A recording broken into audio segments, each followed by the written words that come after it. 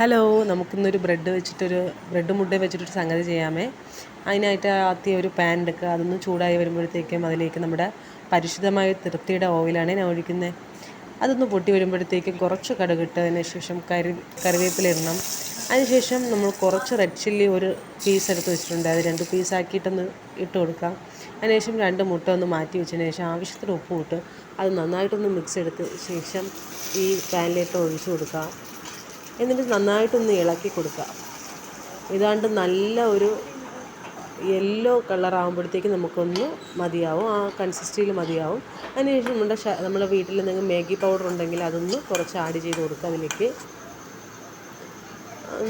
നന്നായിട്ട് ആഡ് ചെയ്ത് കൊടുത്തതിന് ശേഷം നമുക്കിതൊന്ന് ഒരു ബൗളിലേക്ക് മാറ്റി വയ്ക്കാം. ആ പാനിൽ തന്നെ കുറച്ച് ഓയിൽ ഒഴിച്ചതിന് ശേഷം നമുക്ക് ഈ ബ്രെഡൊന്ന് പീസാക്കി വെച്ചിരിക്കുന്ന ഈ ബ്രെഡ് നമ്മളിതിലിട്ടൊന്ന് ആഡ് ചെയ്ത് കൊടുക്കുന്നുണ്ട്. അതിനുശേഷം നന്നായിട്ടൊന്ന് മിക്സ് ചെയ്യണം. ഈ ഓയിലെല്ലാം ഈ ബ്രെഡിലേക്ക് വരുന്നത് നോക്കണം. ആ സമയം കൊണ്ട് ഞാൻ എന്തെങ്കിലും കഴിക്കട്ടെ.